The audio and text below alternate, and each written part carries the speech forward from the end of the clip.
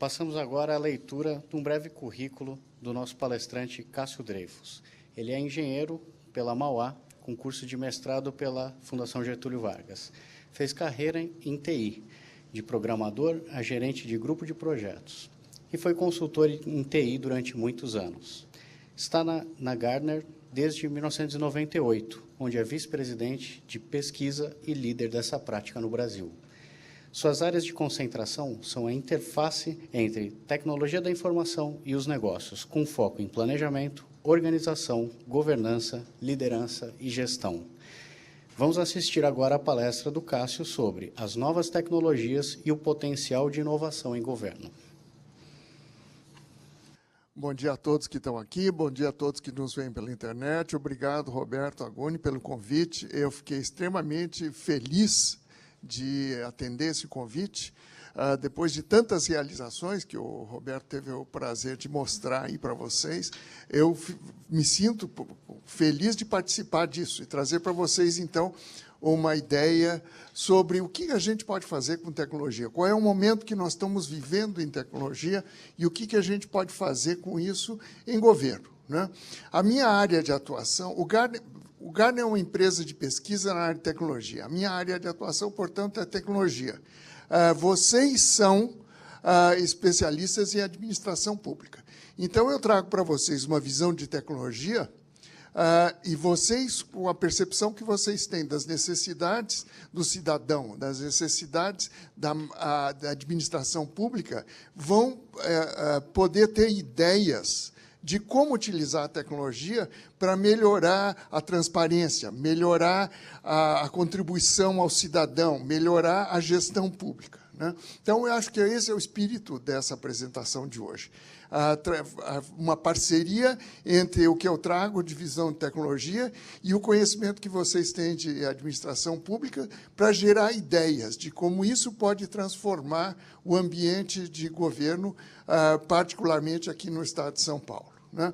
Então, eu vou fazer uma pequena apresentação trazendo essa visão e depois, então, nós teremos oportunidade num debate, de discutir questões, poder examinar as ideias, a criatividade de vocês, o que vocês podem trazer de possibilidades para o governo de São Paulo através da tecnologia.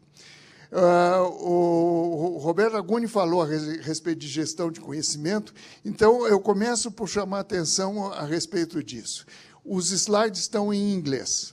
O Gartner é uma empresa que está em 85 países do mundo, e o inglês é a nossa língua nativa. Nós, no Gartner, nos comunicamos em inglês. E, por razões de gestão de conhecimento também, todo o nosso material é gerado em inglês. Então, mas os slides são apenas um ponto de apoio para a gente discutir. Então, eu acho que isso, mesmo para aqueles que não compreendem o inglês, não haverá de ser problema. Então, vamos à nossa apresentação. Nós vamos estar falando, então, do que nós estamos chamando de negócios digitais.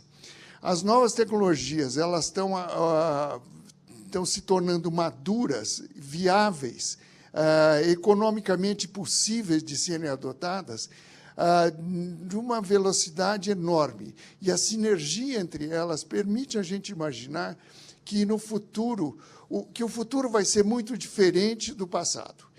Vai ser uma transição em escala da maneira como nós utilizamos tecnologia até hoje. Então, por isso, nós, no Gartner, nós usamos essa nova expressão de negócios digitais para caracterizar que não é mais do mesmo. Nós vamos utilizar tecnologias de maneiras diferentes, que vai depender, as tecnologias estão aí, vai depender da criatividade e da colaboração entre todos. Nós usamos muito essas duas palavras juntas, criatividade e colaboração. É isso que vai tornar a ferramenta tecnológica um instrumento de inovação. Inovação é quando, através de uma ferramenta nova, as pessoas passam a fazer as coisas de maneira diferente. Inovação é diferente de invenção. Invenção existe aos milhares, inovação existe quando as pessoas passam a fazer as coisas de maneira diferente. E é disso que nós vamos falar hoje, então. Muito bem.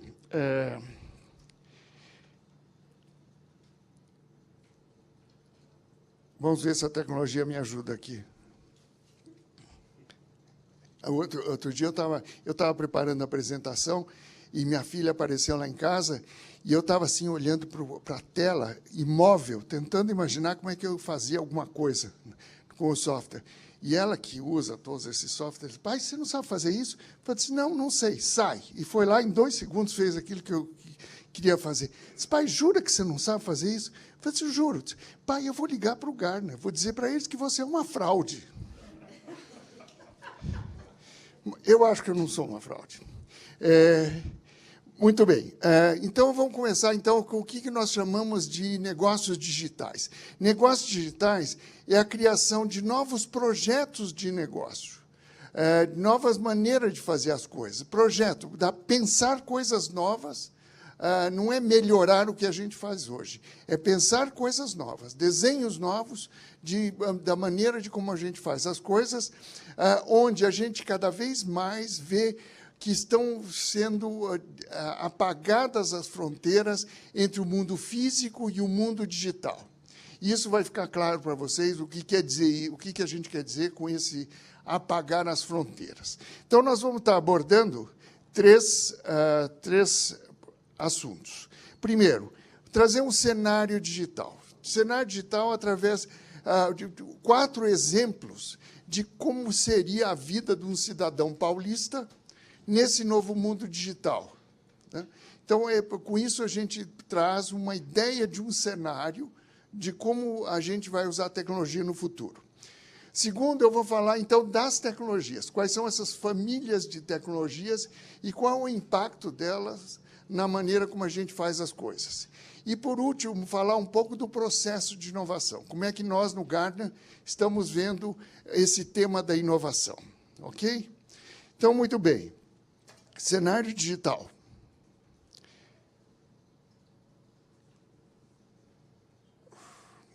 Um dia na vida de um cidadão paulista, não muito longe no futuro. Então, em muitas áreas, a gente pode caracterizar o uso das novas tecnologias. Educação, saúde, o ambiente de trabalho e na vida pessoal. Os exemplos que eu estou trazendo, eles foram construídos de maneira propositalmente para não parecer alguma coisa do mundo da ficção. É alguma coisa que dá para fazer hoje. Não está feito, mas dá para fazer. Com as tecnologias que estão aí, dá para fazer. Então, vamos ver, por exemplo, educação. Educação é uma área onde a tecnologia, nos anos recentes, nos últimos 2, 3 anos, está explodindo. O uso de tecnologia em educação está explodindo. Até muito recentemente, a gente usava a tecnologia apenas na parte de administração escolar, né? No trivial, na administração dos currículos, das matérias, das grades escolares, dos professores, dos alunos, das notas. Isso aí é trivial. O que está acontecendo agora com a educação é usar a tecnologia para novos processos de aprendizados centrados no aluno. Não é um processo de aprendizado centrado no professor, que é o processo clássico, né? Eu sei, eu ensino para vocês, né? Esse é o processo clássico até hoje. Os novos processos são centrados no aluno, em quem recebe, no educando, na pessoa que recebe a educação. Com as novas tecnologias, as pessoas podem avançar na sua velocidade de apreensão do conhecimento e no seu estilo de aprendizado. Diferentes estilos podem ser usados. Tem gente que aprende através de textos discursivos, tem gente que aprende através de exemplos, tem gente que aprende através de jogos, exercitando jogos. Há diferentes maneiras. Os conteúdos educacionais poderão ser apresentados dessas maneiras, de diferentes maneiras, de acordo com o seu perfil, de acordo com a sua velocidade, de acordo com o que você está pretendendo atingir em termos de conhecimento. Isso transforma a escola não mais num local obrigatório, onde você vai para ouvir o professor, mas um local onde você vai para socializar o seu conhecimento com outras pessoas. Ou seja, o processo educacional vai pôr você em contato com outras pessoas com as quais você deve se socializar em qualquer dependência das escolas do Estado, não necessariamente na escola do bairro. Né? Isso transforma a visão de educação em governo. Como é que o governo, que até hoje foi pautado por processos tradicionais de educação, pode usar a tecnologia para transformar a maneira como se educa? Desafio enorme para o governo, enormes oportunidades também. Muito bem, essa estudante teve na pelada do domingo, ele teve um problema, rompeu um ligamento, né? Então, ele foi a um hospital do Estado, e lá, então, eles puseram uma bota ortopédica, e essa bota ortopédica tem sensores. Então, esses sensores, através de, periodicamente, a cada hora, ou a cada algumas horas, eu não sou médico, não sei quanto, através de descargas elétricas de baixa tensão, eles monitoram a recuperação dos tendões e dos músculos afetados. E quando esse nosso estudante, esse paulista que jogou futebol na várzea no domingo, quando ele passa perto de do seu computador, através de Wi-Fi, esse sensor descarrega essas informações do estado de recuperação daquele paciente para o seu dossiê, que é mantido centralizadamente em algum lugar do Estado, né? Ele não precisa ir a um ambulatório para ver como é que está a perna dele. Essa informação já está lá.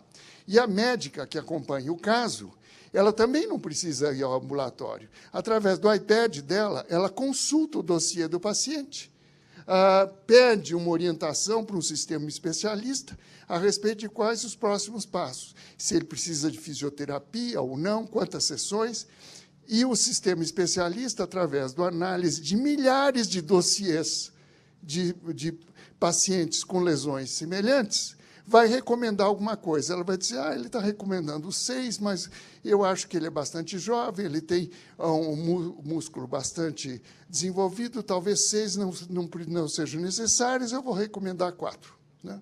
E passa a ele a prescrição, diz assim, olha, você vai a qualquer hospital do Estado, que vai estar lá uma indicação médica para que você faça a fisioterapia, 4 sessões de fisioterapia. E assim, então, ele se recupera da sua lesão. Trabalho. O trabalho, em muitas organizações, está sendo desenvolvido segundo essa ótica do a qualquer tempo, em qualquer lugar e de qualquer maneira. Ou seja, eu me comunico com as pessoas com quem eu tenho que trabalhar e eu realizo as minhas atividades em qualquer lugar, a qualquer tempo, através de qualquer dispositivo. Isso permite que as pessoas que não estão mais restritas a um lugar físico possam, entre aspas, se deslocar para participar de, por exemplo, aqueles projetos todos que o Roberto estava mencionando, né? Em diferentes locais, colaborando com diferentes pessoas, com diferentes objetivos. Então, as pessoas não deixam de ter uma designação profissional fixa para ter vários papéis em várias circunstâncias, participar de projetos, participar de iniciativas, né? Finalmente, então, chegou o momento esse nosso paulista voltar para casa, e quando ele vai voltar para casa, ele usa o seu assistente digital pessoal para uma porção de coisas. Primeiro, o assistente vai dizer a ele qual é a melhor maneira de chegar em casa, se é o ônibus, se é o trem da CPTM, ou como é que ele vai fazer, ou se ele está de carro, qual é o melhor caminho, né? Ao longo do caminho, o assistente pessoal dele vai sugerir, então, que ele passe no supermercado e faça algumas compras. Por quê? O sensor da geladeira, ele registra a entrada e a saída dos alimentos através de leitura simples de código de barra. Então, se ele tirou um pote de manteiga e ele não voltou para a geladeira, isso significa que o pote acabou. Então, a geladeira se comunica com o assistente digital e sugere uma lista das coisas que estão faltando na geladeira, né? Manteiga saiu e não voltou, então deve ter acabado. Ou você esqueceu em cima da pia, né? Então, através desses sensores pela casa, ele é informado de das coisas que ele deve comprar. Quando ele chega em casa, através da interação com a porta, ele destrava a porta, ele entra. Na cozinha, as instruções para uma central de culinária, que já estão se tornando bastante sofisticadas, já começou a fazer o jantar. Ou seja, os ingredientes que foram dispostos nos dispositivos apropriados já foram misturados e já estão sendo cozidos. Enquanto isso, então, ele passa em revista o que aconteceu na casa, todos os sensores, o que aconteceu.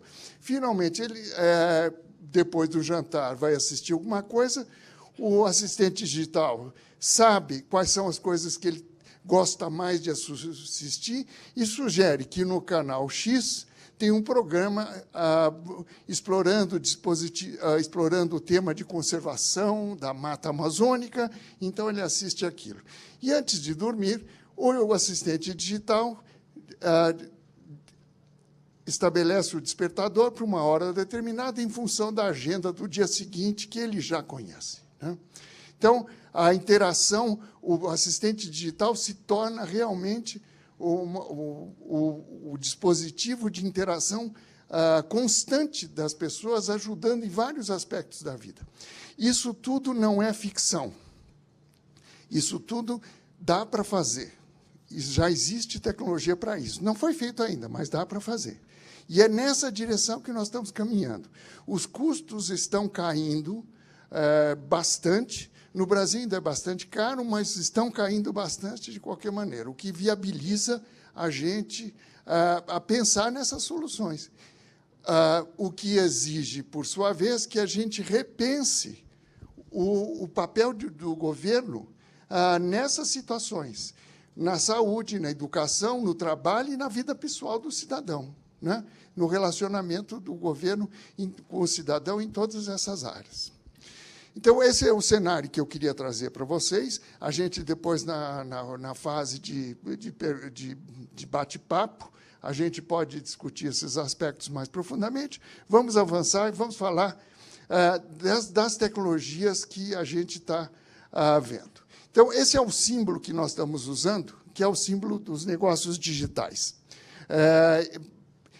Nesse mundo do futuro, nós estamos... A fronteira entre sensores, computadores e atuadores e as pessoas está desaparecendo. E nós estamos utilizando as tecnologias para integrar tudo isso com uma sinergia bastante poderosa. Vamos falar, então, quais são essas tecnologias. São essas 8. Essas são as famílias das tecnologias que nós estamos vendo com maior potencial de afetar a vida do cidadão e, portanto, de afetar os processos de negócio e as instituições de governo, né?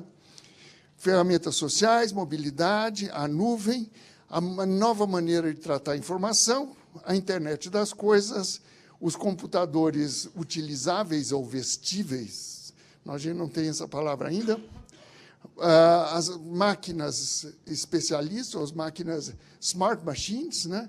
E, finalmente, impressão 3D. Vamos falar um pouquinho a respeito de cada uma delas. Primeiro, as ferramentas sociais não são só ferramentas sociais. Elas são uma coleção de serviços que são postos à disposição das pessoas. E é uma porção de serviços que colocam a pessoa e nos seus vários contextos, no seu contexto pessoal, profissional, familiar e a sua vida comunitária, né? Essa coleção coloca cada cidadão no centro da sua própria rede, né? Eu me desloco de ambiente em ambiente, mas eu sou sempre o centro da rede. Cada um de nós é o centro da sua própria rede. Esse é o conceito, essa visão das redes digitais. Num ambiente de governo, onde eu estava há algum tempo atrás, falando a respeito de novas tecnologias, e alguém de governo me disse, mas eu não vejo como é que a gente pode usar ferramentas sociais em governo. Eu disse assim, se você parar para pensar um segundo, dá para imaginar que, no limite, nós não precisamos mais do nosso legislativo, porque a gente exerce democracia direta. O governo pergunta, a gente responde e pronto. Não precisa de alguém que, em nosso nome, decide aprovar leis. Daí essa pessoa levou um susto, né? É claro que não é simples assim, mas a possibilidade tecnológica está aí, né? Então, as ferramentas sociais tornam cada pessoa o centro da sua própria rede nos seus vários contextos, né? Segunda família de tecnologia, a da mobilidade, né? A mobilidade é um fato hoje. Tudo o que acontece flui até você através dos caminhos da mobilidade, né? Nós estamos sendo continuamente atingidos por informações, por provocações, por ofertas, por possibilidades de contato através dos caminhos de mobilidade no contexto daquilo que a gente está fazendo, né? São extensões dos nossos sentidos. Eles se tornam extensões dos nossos sentidos, né? A gente sempre carrega um desses com a gente, porque eles se tornam extensões dos nossos sentidos. Eu adoro caracterizar o impacto das novas tecnologias contando as historinhas que eu descubro ou percebo, né? E eu adoro contar a história dos meus netos, né? Minha neta de 6 anos chega, vô, me empresta seu iPad? Está aqui. O que você vai fazer com o meu iPad? Fazer lição de casa. Diz, pô, que legal, bacana. Então, você já vai fazer lição de casa. Você sabe que no meu tempo de escola não tinha iPad. Sério? Não tinha iPad. Como é que você fazia para entrar na internet? Né? Ou seja, a internet, o iPad, a mobilidade já fazem parte da vida dela. Ela não pode nem imaginar que existia uma época tão antiga onde não havia iPad e não havia internet, né? Não dá para imaginar isso. Ela já está vivendo nesse mundo, né? A terceira família de tecnologia, a informação, né? A informação digital está explodindo. Tudo que eu aprendi nos velhos tempos a respeito de como fazer gestão de informação, posso jogar no lixo, porque a gente tem que começar tudo de novo. No passado, a gente pensava, informação é alguma coisa preciosa que eu guardo, né? E agora não. A informação é alguma coisa que está aí disponível e eu tenho que me livrar do excesso de informação, né? Além das informações das nossas transações comuns, agora os sensores começam a nos mandar informação a respeito de tudo que está acontecendo também, né? Então, a informação agora é o que a gente fala dos 4 Vs, né? Velocidade, variedade, volume, e a gente tem que administrar tudo isso para que, enfim, a informação produza valor, né? O 4 V. O domínio da informação muda completamente a maneira como a gente se relaciona com a informação. Então, continuando o exemplo da minha neta lá. Então, eu fui ver ela fazer lição de casa, né? Então, ela começou a entrar, ela tinha que achar uns animais, umas plantas lá, né? Então, ela pesquisava, ia lá, perguntava, vovô, como é que é isso? Como é que fala isso em inglês? Essas coisas. Ia achando as coisas, né? E ela achava, e disse, tá bom, deixa eu ver qual é o próximo, né? Eu disse assim, o que você vai fazer com isso? Ela falou, nada. Mas como é que você vai mostrar para a sua professora? Se ela quiser, ela me pergunta, eu mostro. é completamente diferente da nossa atitude, né? Que a informação, achei, vamos guardar. Não, já está guardado. Está lá. Quando eu precisar, eu vou lá e pego. Então, o exercício é encontrar a informação, não é guardar a informação. Isso transforma a maneira como a gente administra a informação, né? A nuvem. A nuvem faz tanto sentido que é inevitável. A gente usar recursos tecnológicos na nuvem transforma a maneira como as organizações compram tecnologia, né? Em vez daquele ciclo que a gente tinha no passado, a gente constrói um data center, depois a gente põe um monte de equipamento, daí a gente instala um monte de software, daí a gente contrata um monte de pessoas, e essas pessoas desenvolvem alguma coisa, para daí, depois de 2 anos, alguma solução aparece. Não, está tudo disponível na nuvem. Então, a nuvem, como a maneira como a gente obtém recursos de computação, e mais do que isso, né? Informação e tudo mais que vem junto, né? Muda completamente a maneira como a gente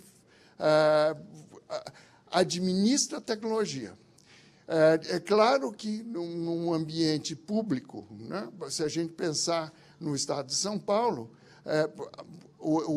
o governo do Estado tem que ter uma estratégia de como usar a nuvem, mas a nuvem faz tanto sentido que é inevitável, né?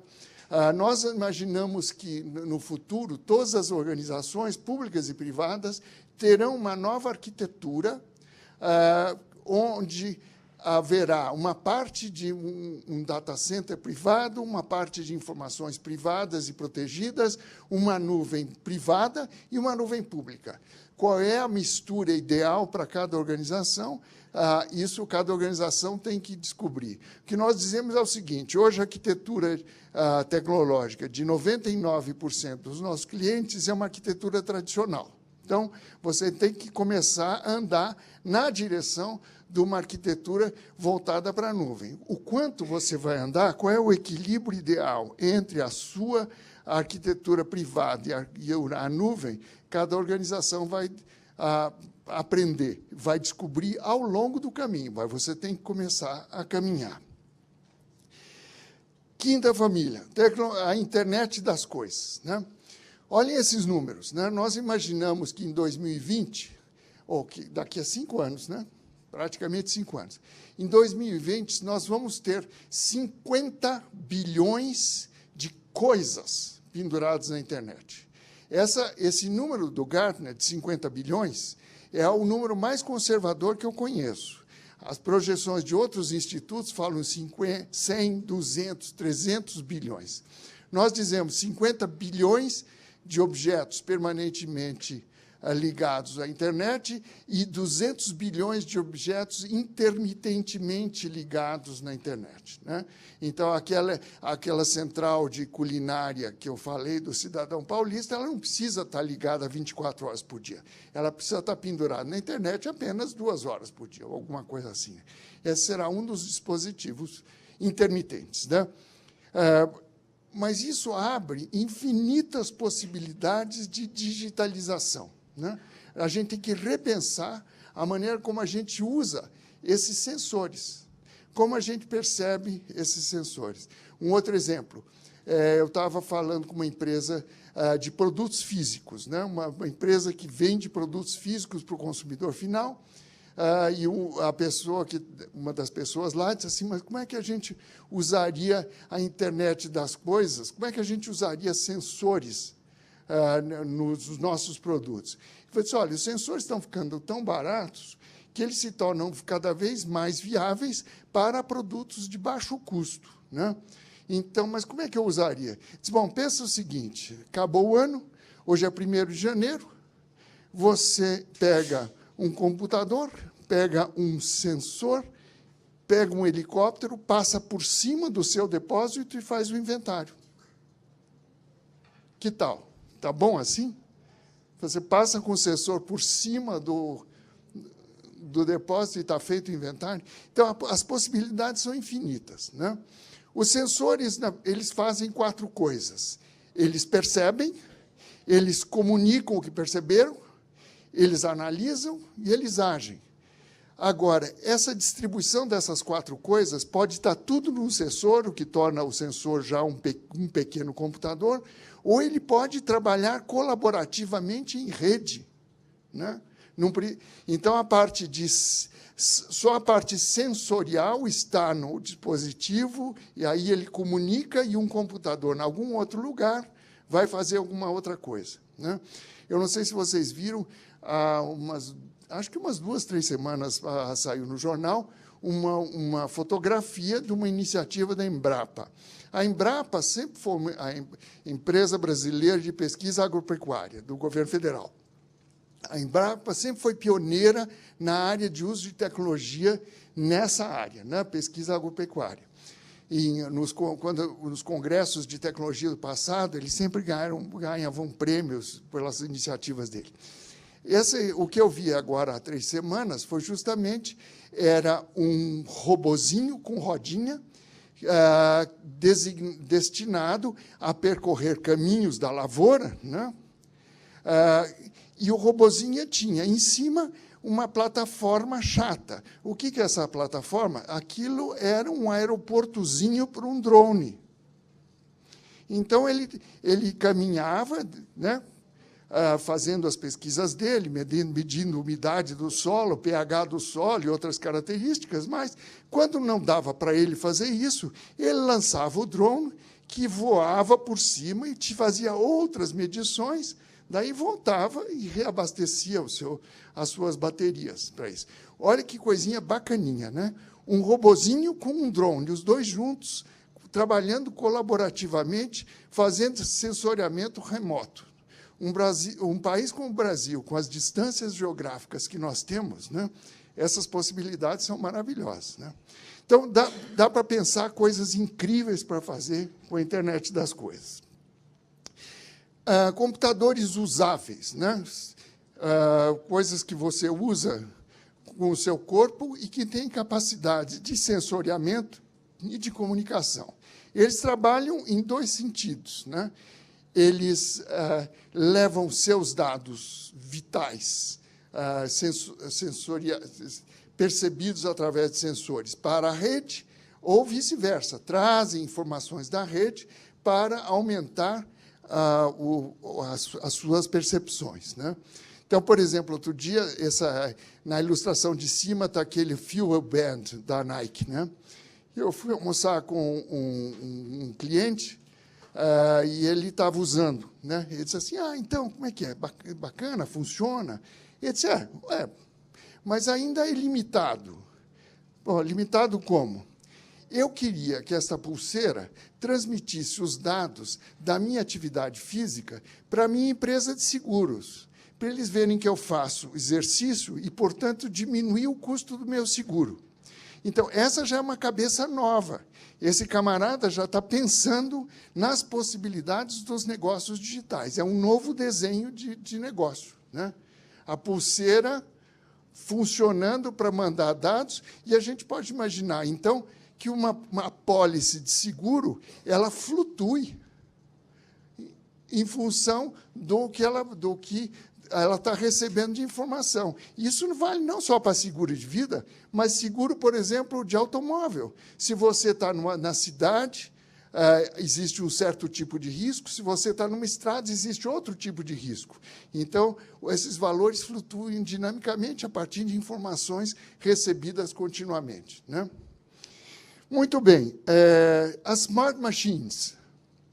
Segundo o Gartner, existem 3 categorias de smart machines. Elas podem ser colocadas nessas 3 categorias. De baixo para cima, são de menos complexa para mais complexa, né? São máquinas que fazem aquilo que a gente não pensava que as máquinas poderiam fazer. E, portanto, começam a deslocar os processos de trabalho, assumindo coisas que antes só as pessoas faziam, né? O que passa a trazer um ponto de interrogação muito grande de como é que nós vamos usar isso e como é que a gente vai equilibrar isso com pessoas, né? Mas isso é um problema de grande magnitude que a sociedade deverá discutir nos próximos anos. Por enquanto, ainda não está vendo isso, mas certamente vai ver. Então, os movers são aqueles robozinhos que eles têm autonomia para mover coisas de um lado para o outro. Eles conhecem as regras de deslocamento, né? Eles sabem o que eles têm que fazer, eles têm que levar daqui para lá. E eles se deslocam seguindo as regras, desviando de obstáculos, são os mais simples. O segundo é um robô que está à venda, você pode comprar, custa coisa de $25 mil, chama Baxter. Ele é um doer, ele pode ser programado para fazer algumas coisas. O que eu acho mais engraçado nesse Baxter é essa telinha. Vocês estão vendo que tem uma telinha com 2 olhos, né? Para que serve essa telinha? Na verdade, ele não enxerga através desses 2 olhos. Ele enxerga através daquela câmera que está acima da telinha. Para que serve a telinha? Para indicar para nós para onde o robô está olhando. É só para isso que serve aquela telinha, para mostrar para nós para onde o robô está olhando. Ele está vendo através daquela câmera que está montada acima da telinha. E, finalmente, essa fotografia de cima é um painel de um 787, um Boeing 787. Né? Os aviões modernos, eles são uma coleção de smart machines, né? Eles têm centenas de sensores que estão perpetuamente captando informação, analisando informação, e os computadores de bordo estão cruzando essas informações, tomando decisões e ações, ou sugerindo ações para os pilotos, né? Então, as smart machines, os aviões já são um exemplo acabado das smart machines que conseguem pensar. Na nossa conferência, nós tivemos uma conferência do Gartner há 2 semanas atrás, eu estava conversando com um dos clientes nossos, que é um dos líderes da prática de TI da Embraer. E ele estava me contando que ele é responsável por trazer para o Brasil a plataforma de software dos novos caças Gripen, que estão sendo construídos em cooperação com a Suécia, né? E ele está me contando que um dos problemas clássicos de aviação é peso, né? Cada quilo a mais que você põe num avião é mais 1 quilo a transportar, mais uma certa quantidade de combustível para transportar aquele quilo adicional, né? Então, peso é algo importante. Então, quando você tem uma esquadrilha, você tem aviões voando em formação, você não vai pôr todos os equipamentos em todos os aviões, porque isso ficaria muito pesado. Então, um tem um radar de infravermelho, outro tem um radar de outro tipo, outro tem um sensor de vento, ou sei lá o quê, né? E assim que se monta a plataforma de software de um avião desses. Eles se conversam. Os aviões trocam informações entre si. Eles se completam através da troca inteligente de informações sem a interferência do piloto. O piloto está preocupado em voar o avião. A plataforma de informação, as smart machines estão trocando entre si.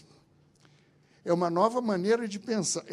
Isso exige uma nova maneira de pensar e uma arquitetura revolucionária, totalmente diferente em termos de software.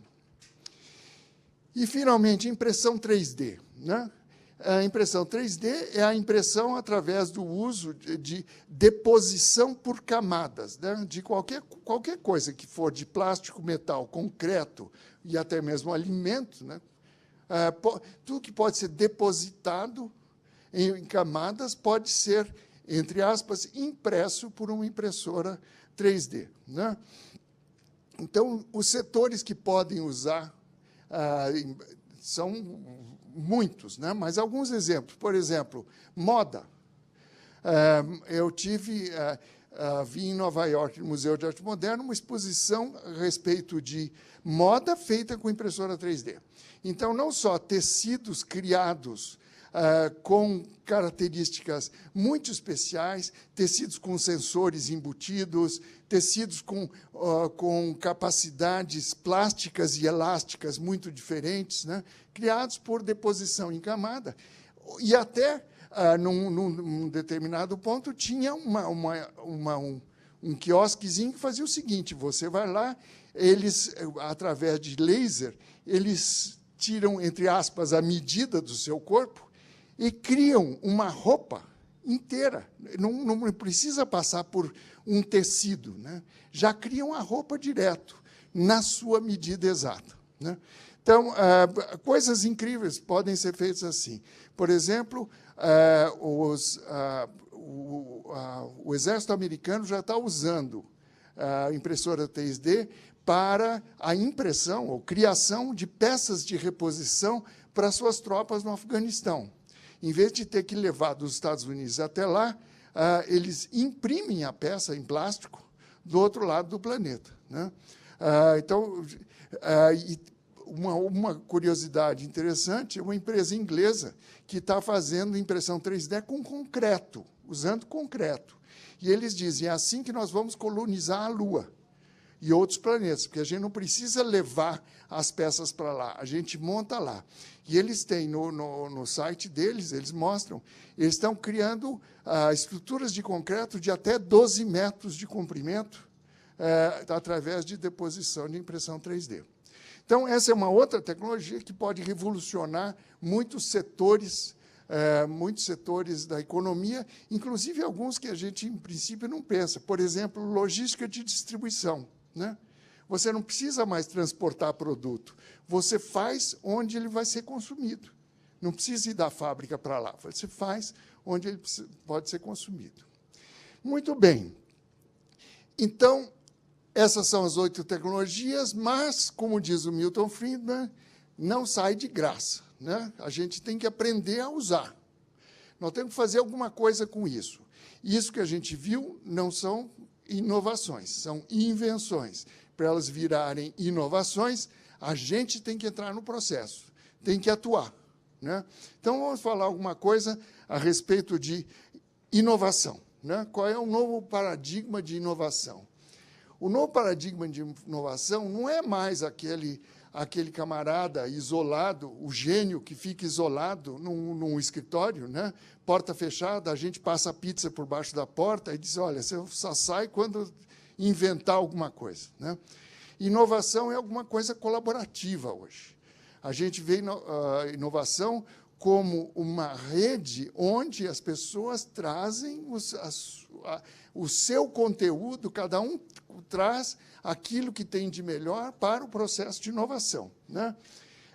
É muito mais do que exercício da criatividade pessoal. É o uso da criatividade coletiva, né? É um processo, para começar, não é algo que pode acontecer por acaso, é um processo e envolve as pessoas. Primeiro, uma atividade divergente de geração de ideias, né? Então, é o momento da gente pensar fora da caixa, a gente pensar sem restrições, a gente criar, inventar. Aí nós vamos inventar coisas, né, que podem ou não virar inovação. Nós vamos inventar coisas. Eu já sei, nós vamos usar mobilidade com rede social e com a nuvem para que o cidadão possa, através do seu iPhone, e sei lá, né? Então, gera-se muitas ideias. Então, houve uma atividade divergente. O passo seguinte do processo é uma atividade convergente, né? Agora, então, a partir dessas ideias que foram geradas sem nenhum tipo de restrição, sem nenhum, de nenhuma ordem, nem de orçamento, nem de coisa nenhuma, foram ideias, né? Vamos agora colocar um pouco de massa ao redor dessas ideias. Vamos estudar a viabilidade, vamos ver se é possível, vamos ver se as pessoas gostam, vamos criar, então, os protótipos, depois os pilotos, vamos fazer os testes. Então, da lista inicial de ideias, algumas vão virar, né, viram protótipos, depois viram pilotos e depois são selecionadas. Não, isso aqui vai funcionar em todo o ambiente do Estado de São Paulo. Aí, então, opa, o que eu fiz aqui? Não. Em todo o ambiente do Estado de São Paulo, agora nós vamos implementar este novo piloto, essa nova maneira de usar a mobilidade com redes sociais através da nuvem, né? Aí, então, é que a tecnologia vira inovação, porque nós estamos introduzindo uma nova maneira de fazer as coisas, né? E, finalmente, o ciclo exige que a gente aprenda alguma coisa com isso, né? Diz assim, quais são as lições que a gente pode tirar desse processo? Lembra que no começo deu errado, mas depois deu certo, e que a gente, então, lembra que a gente teve que envolver as pessoas porque elas estavam resistentes? Tem alguma coisa que a gente aprende para aplicar no novo ciclo, né? Então, inovação é um processo colaborativo, né? Então, a gente gosta, no Gartner, a gente gosta muito de usar essas duas palavras junto, criatividade e colaboração, né? O uso da tecnologia depende da criatividade e depende da colaboração, da gente, em conjunto, resolver como a gente vai usar. E diferentes perfis colaboram. Isso é muito importante de notar. Nós não estamos falando só do gênio que tem a ideia. Existem papéis diferentes, as pessoas são diferentes, e elas participam do processo de maneira diferente. Existe o criativo, né? A pessoa consegue pensar fora da caixa, diz, já sei, mobilidade, rede social, e a nuvem pode fazer isso e tal.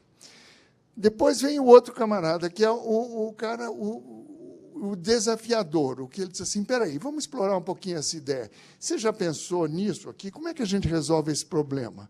Será que essa é a melhor solução? Será que não é melhor fazer desse outro jeito, né? É alguém que tem a percepção de como transformar aquela ideia em alguma coisa prática. Então, ele traz os desafios que representam transformar a ideia numa coisa prática.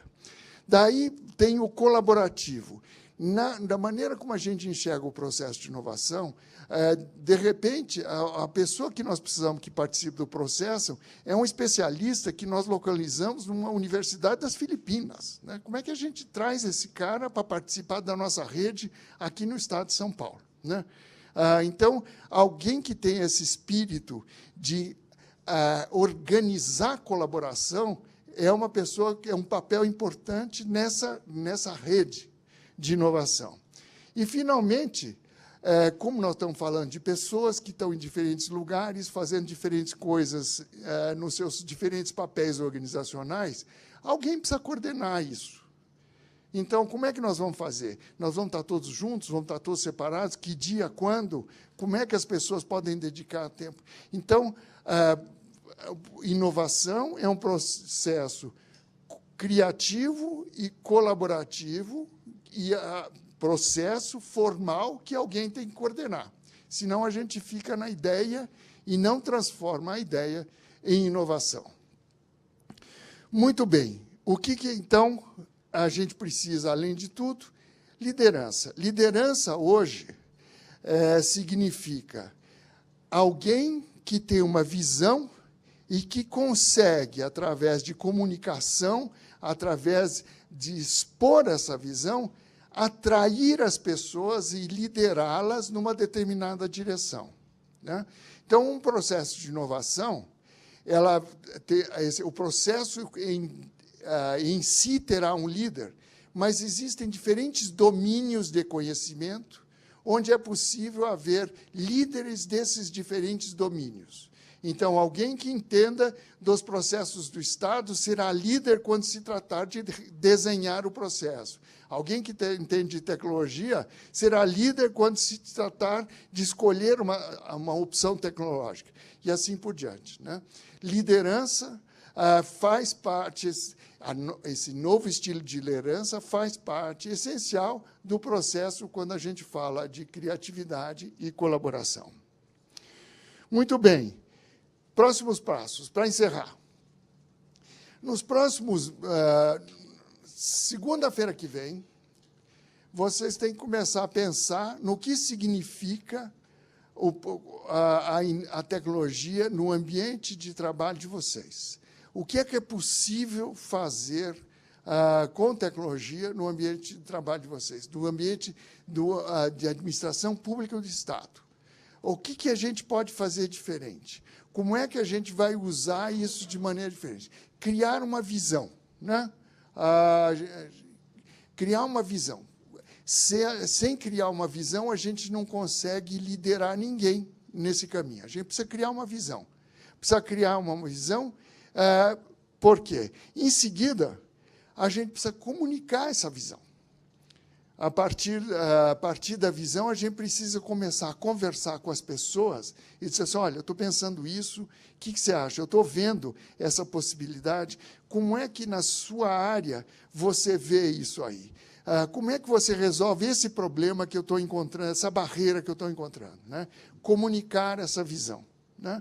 E, a partir daí, criar um mapa, um caminho de evolução. Como é que eu vou sair daqui e chegar até onde essa nova tecnologia se transforma numa nova maneira de fazer as coisas.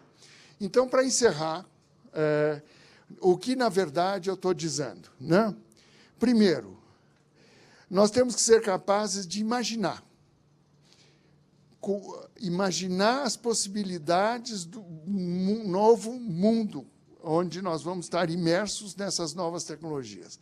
A partir de imaginar, nós temos que, então, liderar, ou seja, eu tenho que ser capaz de articular minha visão e convencer as pessoas de que esse é o caminho, que essa é uma oportunidade que merece ser perseguida, para avançar nesse caminho. E, finalmente, então, a partir daí, criar, transformar a invenção numa inovação. Era isso que eu tinha para vocês. Eu agradeço e estou esperando as perguntas de vocês.